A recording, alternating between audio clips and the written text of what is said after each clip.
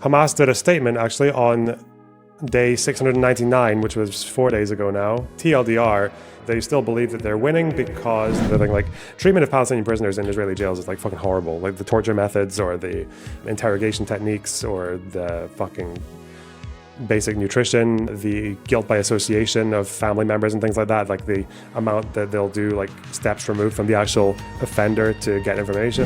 The taxi driver, what about the taxi driver? A bullet goes by him. Oh god. What the fuck is he doing, dude? What's he doing? Oh my god.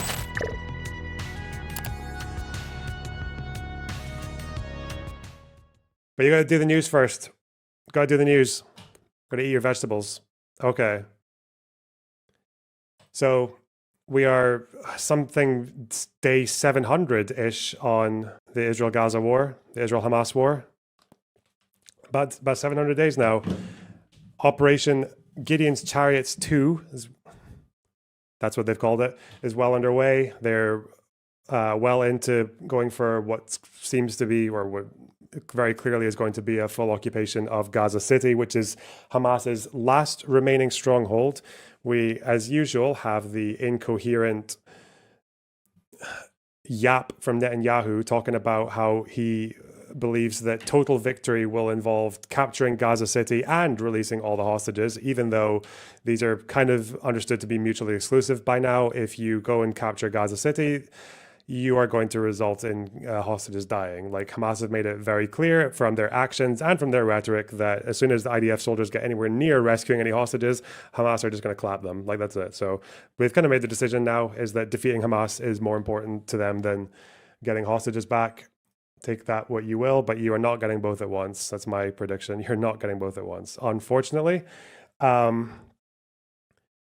Israel Katz has said, after flattening, I think, the second high-rise in Gaza City, has said a powerful hurricane will hit the skies of Gaza City today and the roofs of the towers of terror will shake. This is the last warning to the murderers and rapists of Hamas in Gaza and in luxury hotels abroad. Release the hostages and put down your weapons, or Gaza will be destroyed and you will be obliterated. This is going to be it's going to be a very drawn-out campaign of them trying to take over Gaza City. Also, Katz, it's interesting that Katz kind of, he I don't know why he talks like Hamas. He talks in this stupid chest beating poetic fucking psycho speech. It's really ridiculous. Yeah. He is easily one of the shittiest, most horrible defense ministers Israel has ever had that I've seen. He's like, this guy's like Sharon level, although at least Sharon did have some kind of like military experience, even if he misused it all the time. But yeah, God. Yeah, this is going to be a really, really drawn out operation. Like, Gaza City is the biggest city in Gaza and is also the most fortified, most dense, most everything equipped, like Hamas stronghold ever. Like, so it's going to be, and everything you've seen so far is probably, it's going to pale in comparison.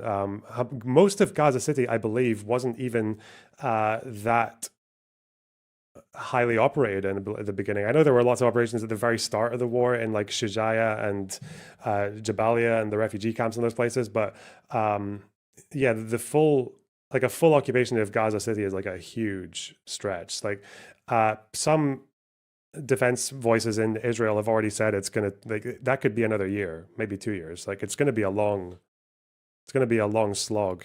Just because it's the last step doesn't necessarily mean it's going to take any short amount of time. PIJ and Hamas are still boasting kind of like high levels of activity. You can look in their websites. This is them taking credit for mortar shelling of, oh, this is relevant for later. They're taking credit for mortar shelling of an Israeli position. I believe this is, again, the Arabic translation here was a bit odd. It's giving me like a mixed signal. So I think they're saying that they targeted Israeli command and control centers in an occupied school. So it looks like a school has been cleared and is being used as command and control by the Israelis now, but I don't know, because one of the other translations make it sound like it's the opposite, like they fired from the school, although I don't know if they'd admit to that.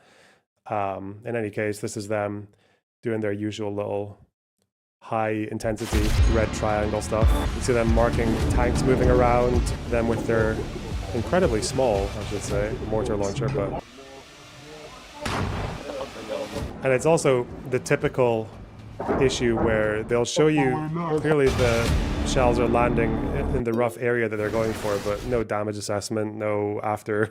We have no idea if these just landed on top of a tank and did nothing, or if soldiers moved out of the way, or yeah, we don't know, but they are still chugging away.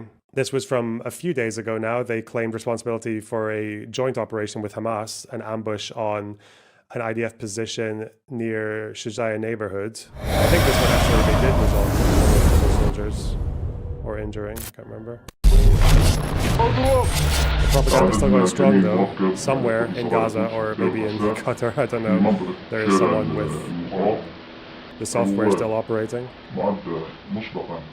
من بعد تم تفجير هذه العبوات سيتم إن شاء الله الإجهاز على الآليات المتبقية بقاذف سبيلك وابتغاء مرضاتك ونصرة لدينك ورفعة لرايتك فيا رب يا رب سهل أمرنا يا الله سهل عملنا هذا يا الله يا رب يا رب الطيران فوقنا واليهود أمامنا الآليات This is a trap, I think, isn't it? ونحن الحمد لله تخطينا كل هذا بمعية الله وها نحن الآن نجهز في عبوة ثانية في هذه الرمال الطاهرة تكون وبال عليهم يا الله. الله أكبر ولله الحمد. تم تفجير دبابة. الله أكبر. الدبابة الثانية. What's he saying? Are they winning? I don't think they're winning, but I think this ambush was actually successful. Yeah.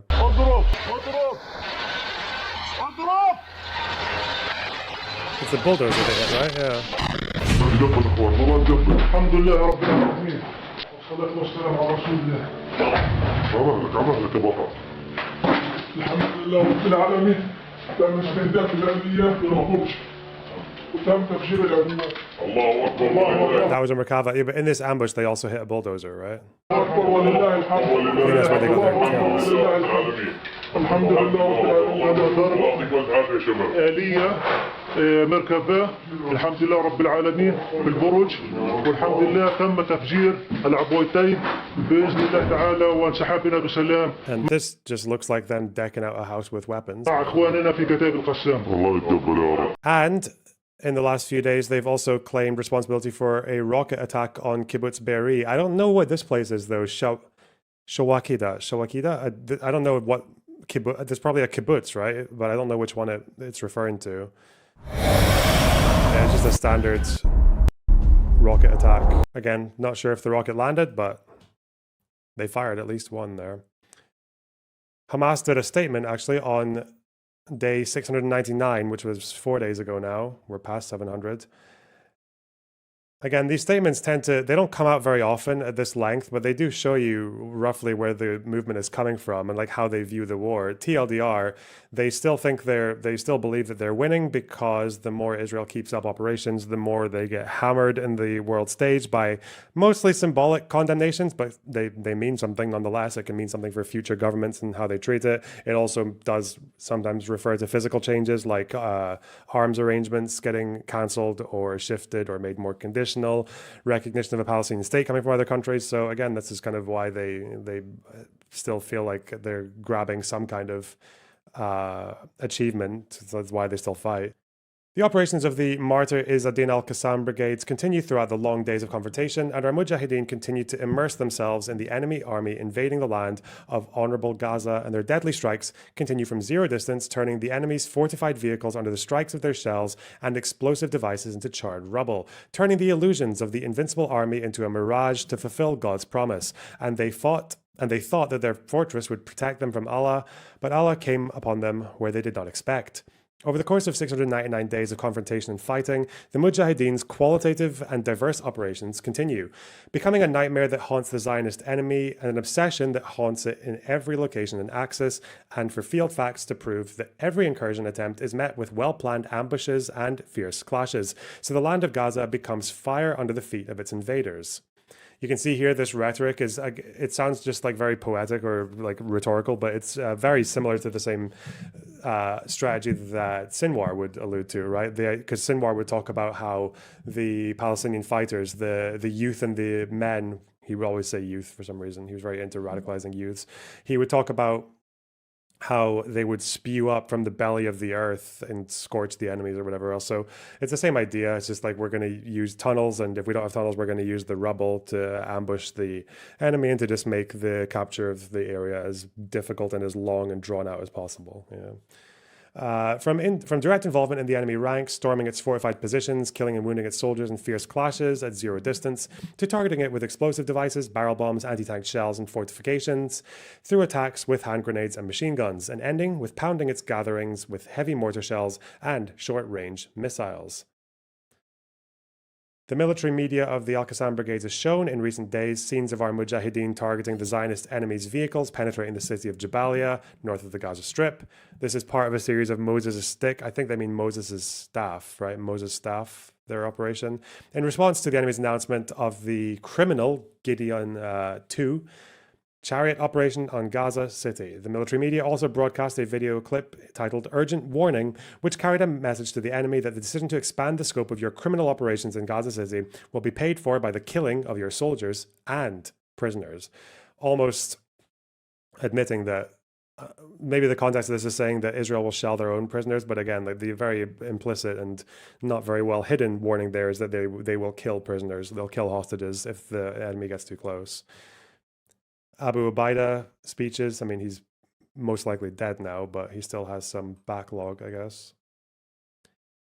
He stated that the war criminal Netanyahu and his Nazi ministers had intensely decided to reduce the number of living enemy prisoners by half and to make the most of the bodies of their dead prisoners appear forever, adding, the enemy army and its terrorist government will bear full responsibility for this. The military media also announced dozens of military operations, including sniper fire, ambushes, raids, and missile strikes. So, as for ceasefire, you can see from the rhetoric here again, neither side has any... A good way to summarize this is neither side has any incentive to water down their demands. That's it. That's the easiest way to put it. Israel's demand is for Hamas to disarm, Gaza to demilitarize, and for the new government to be neither Hamas nor the PA. That's their claim. And Hamas's is for full ceasefire, prisoner exchange, and full Israeli withdrawal from Gaza. And they obviously want to be in a position where they can be the ones who can take control over the reconstruction. That's like the whole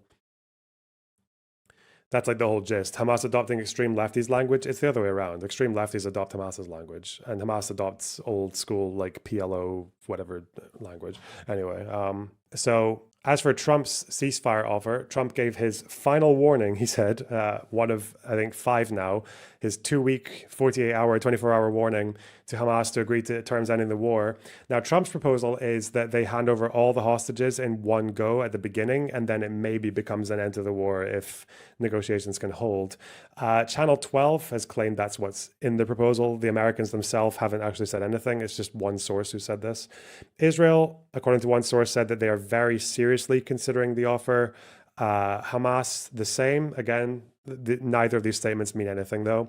Hamas have a headline, which is really just the start of a paragraph, and then the rest of the paragraph kind of negates the rest. So it says they're ready for peace or ready to return to the table, but it's again to discuss the release of all prisoners in exchange for a declaration to the end of the war, total withdrawal from the Gaza Strip, and the creation of a committee of independent Palestinians to run the Strip. It's always the same. It's always the same thing. The timeline of ceasefires now, just to be recapped, is for quite a while, the Witkoff plan was the 60-day ceasefire, which involved a hostage exchange and a temporary lull in the fighting that would potentially become permanent. That was accepted mostly, I don't think entirely, but mostly accepted by Israel for the best part of a month. Hamas kept changing terms or just saying no. And then by the 1st of August, Israel said, we're not doing any more temporary ceasefires. We're just going to accept an all or nothing one. And then halfway through that month, Hamas says, actually, we will accept the Witkoff plan with a few alterations here and there, but less than we asked for before. And this is obviously after Israel's already made the decision to go into Gaza City. So again, this is the only, like both what Israel and Hamas are doing here is what you do if you're not interested in temporary ceasefires. Like that's what you do. Like if you're not serious about negotiating ceasefires or making concessions, that's what you do. Seems like neither side is willing to bend. So if you have any hopes of a ceasefire so far, kill them because they're not happening. It's not happening. Absent some sudden change in events in the next few days, that's not happening. Unless I'm wrong, who knows? In other news, 2 separate stories here. One, an Israeli court the Israeli Supreme Court, the highest in the land, has ruled that Palestinian prisoners were being deprived of food. Now, when they say deprived, they don't mean like, bad nutrition or skipping meals. They mean they have gone below the Israeli standard, like the legal standard, which is being fed enough to ensure their basic level of survival. That's the standard legally. Ben-Gvir, throughout the year, had already bragged about reducing their treatment and their conditions to that bare minimum. But now the Israeli Supreme Court has said, no, you've actually taken it lower. That's what's happened here. So this was filed a year ago by the Association for Civil Rights in Israel, or ACRI, ACRI, and by Gisha. It lasted a year, and then there was a 2-1 decision that has alleged that the deliberate restrictions on food have caused malnutrition and starvation of Palestinian prisoners in Israeli jails. So we have Ben-Gvir here bragging. He was very, very angry at the Israeli Supreme Court. He was saying, questioning whether or not the judges were Israeli, saying that they were defending Hamas, to our disgrace. And he also vowed that his current policy, because he's in charge of the prisons, would continue unchanged.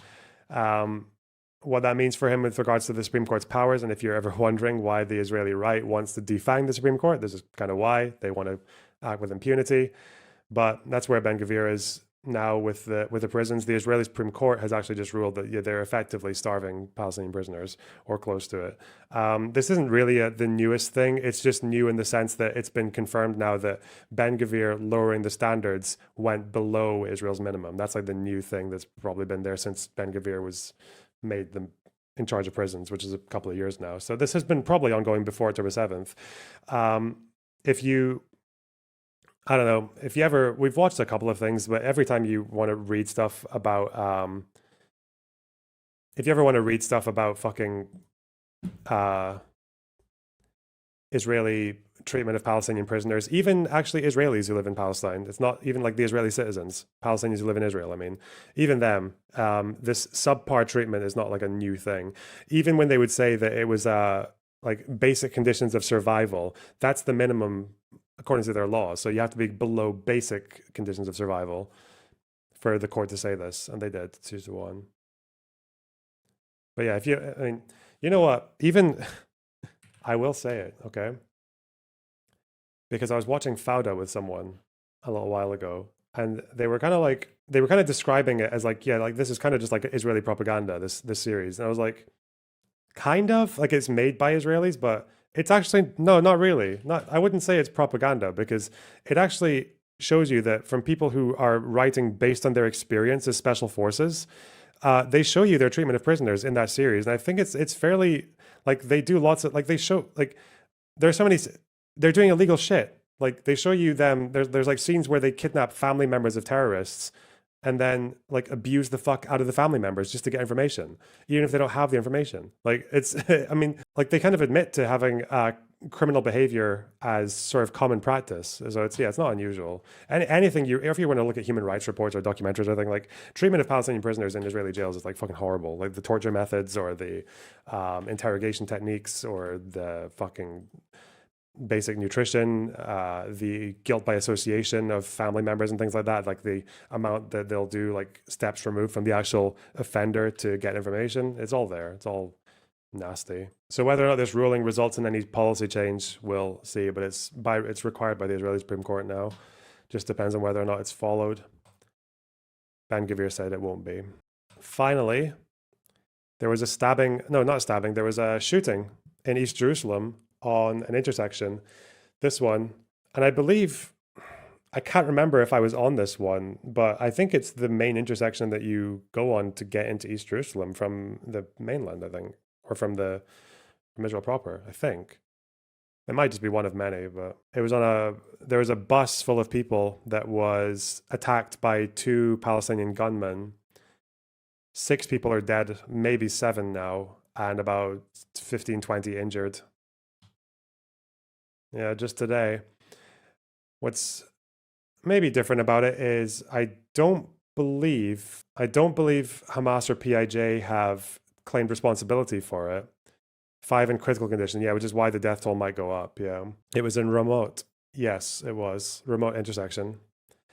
So there were, Hamas claimed, are you sure? Because last I checked, Hamas described it as a heroic operation, but did not actually claim responsibility. Is that right? Or did I get something wrong there? I mean, I can look at Qassam because it's on there. For some reason, it doesn't pop up immediately, even though it's one of their latest stories.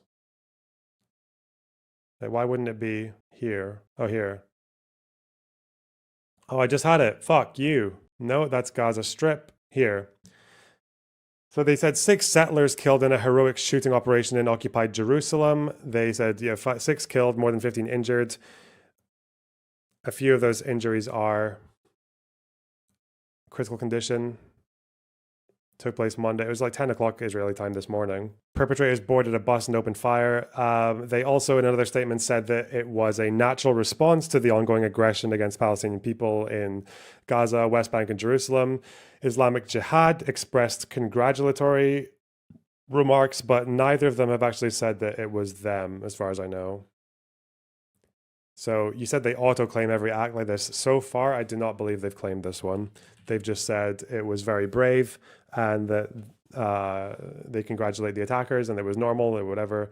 But no, it's not actually been claimed yet, which probably means they didn't do it, which probably means it was someone else, because normally they would claim. And these are the scenes from the intersection. Very busy, very chaotic, very not good. It's not very normal to have that many deaths in a Jerusalem attack. Goldberg doubted it was Hamas. What, Yuri Goldberg, that person's fucking insane. But yeah, Hamas would have no reason to not say it was them. Did you see the taxi driver? Nope. I mean, we could watch the news story. Look at the article from Al Jazeera at the bottom. Yeah, I saw Goldberg giving their comments, yeah. But whatever that guy's saying, like, if Hamas doesn't say they did it and it's in Jerusalem, like, it probably wasn't them. They have no reason to say it wasn't them. Unless it wasn't them. Like, they claim attacks on Israel proper and on the West Bank all the time. All the time. Might have been Hornet's Nest or Lion's Den. Who knows? 5 people have been killed after emergency services say at least 5 people have been killed. It's 6 now, by the way. This is a few hours old, with a few others in critical condition. After gunmen opened fire on a bus stop. It happened just after the morning rush hour along a major highway. Israel police say the attackers were killed. Israeli Prime Minister Benjamin Netanyahu just left the scene of the attack, and let's bring in CNN's Oren Lieberman now from Jerusalem with more on this. And did we hear Netanyahu speak at all, Oren? We did, Brian. Prime Minister Benjamin Netanyahu visited the scene of the shooting along a major highway in Jerusalem a short time ago. And as part of the statement he made at the scene, he acknowledged that the IDF, the Israeli military, and the security agency were hard at work, he said, and had thwarted what he called hundreds of attacks. But he admitted the failure in this case. Here's part of his statement. He said, the Shin Bet and the IDF thwarted hundreds of attacks this year, but unfortunately not this morning. These murders only increase our determination to complete the missions in Gaza, in Judea and Samaria, and elsewhere, or everywhere, in Judea and Samaria. He refers to the biblical term for the occupied West Bank. He continues and says, we will intensify our actions and achieve all our objectives. Meanwhile, the far-right finance minister, Bezalel Smotrich, who did not visit the scene, issued a fiery statement.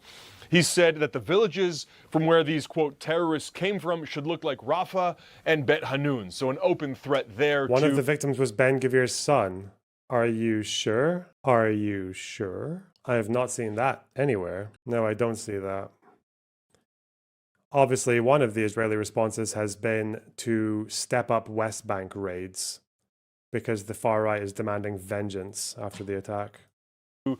Demolish or destroy the villages from where these attackers came from to carry out the shooting attack that occurred just after 10 o'clock this morning, so shortly after morning rush hour at a crowded bus stop along a major highway there. Meanwhile, the Israeli military says they deployed forces not only to the scene of the shooting itself, but also to the Palestinian city of Ramallah in the occupied West Bank. It's worth noting that it's been a very long time since we've seen an attack, certainly of this magnitude, in Jerusalem.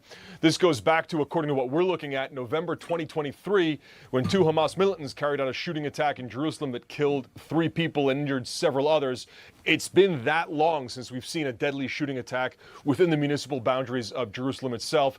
In addition to at least 5 people who were killed in this attack, according to Israel's emergency response services, Ben-Gvir, there were 6 people they treated in serious condition, 2 in moderate condition, and 3 in mild condition. In terms of those killed, Ben-Gvir says there were 4 men, 1 in his 50s and 3 in their 30s, as well as a woman in her 50s who was rushed to the hospital in critical condition, where she succumbed to her injuries at the hospital. Ryan?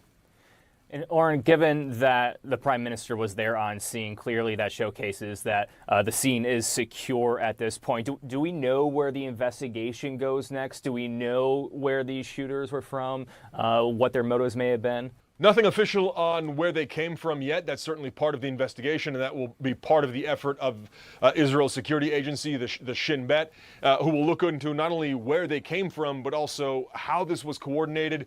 Was it coordinated with Hamas or another terrorist organization? Hamas did not claim responsibility for the attack, though they did praise the shooters in the attack. So all of that will be part of the investigation itself. Again, where they came from, how this was carried out, was this part of a larger cell? Now, I don't know about exactly the history of this, but I think the gist is that if you have gunmen who are able to get here and to carry out an attack like this and kill this many people or injure just many people, I think usually you're not pulling that off on your own. Usually there's some kind of planning or some kind of intelligence that goes with that. But again, it's not impossible. It could just be another group. It might be another group that's not Hamas or PIJ, because there are other groups. Yeah, we'll see. This a lone wolf attack, and those have proven to be much harder to detect and stop when it is 1 or 2 people carrying out something where there is no intelligence to pick up on. That has proven to be a challenge for Israel's security services for not only since the start of the war, but for much longer than that. And we'll also see how Israel retaliates, if there is any. Oren Lieberman for us in Jerusalem. Thank you. Well, okay. Anyway, that's your news for the day on Palestine. Do we want to do slop now? Do we want to do memes? There's not even that much to say, dude. It's just funny. It's just like a silly, it's just very silly. It's just heavily unserious content. Oh, here's a video of the shooting. Thank you, Erwin. Dashcam footage from Manny Fabian. Might as well do this. Well, I need to, hang on. I'm just gonna make sure it's not like heavily high levels of TOS. It's just one of those busy, sluggish, like there's no lanes. Oh, then you get the shootings, yeah, and everyone running. Yeah, you can see this. It's just, I mean, I don't know why people need to, but you hear the gunshots and then everyone like running away. Yeah, I think they got into. How much to review during the streamer study? 300+ pages of the genocide claims published recently by Israeli historians. Search Dr. Daniel Orbach for the study, or I can provide URL. 300 pages. Yeah, send it to me. I'll read it right now. Okay, we'll go. I'll get some deliveries. I'll get some coffee. Let's go. The taxi driver. What about the taxi driver? A bullet goes by him. Oh, God. What the fuck is he doing, dude? What's he doing? Oh my God. It just fucking whacked the bus. Did you see that? And he's just like, look at that. Oh, he's helping someone get out. Okay. NPC ass reaction. I don't know, dude. Yeah, this guy's just on different fucking fumes. I guess he wanted to help that old lady. Look at him. Like, he's just, I don't know if you see this, but he's just like, she's obviously not able to run. So he's just shuffling her off slowly after a gunshot's just gone off like 12, like less than 12 inches away from his head. Maybe a foot, maybe a couple of feet away. Bro. He definitely didn't notice the bullet. Are you fucking mental? The glass on the bus just shattered. I mean, maybe, but anyway, wow. Wacky. Guy had a job to do and he did it. It shattered and he didn't notice it. Copper Knight is incredibly fucking jealous of the taxi driver. Copper Knight's sitting there being like, I could do that. Bro, me, I could do that. Me, this guy, dude. Okay. Why did the taxi driver not react? I don't know, because people act in strange ways when mad shit's happening. Or maybe because it's Israeli wood. Or maybe because he didn't actually notice because he was too focused on being like, what the fuck, I gotta get this old lady out. I gotta do my fucking job. I was put on this planet to do one thing, and it was get this passenger from point A to point B, and I will be damned if any gunslinging fucks stop me doing that. That's probably what was happening in his head, right?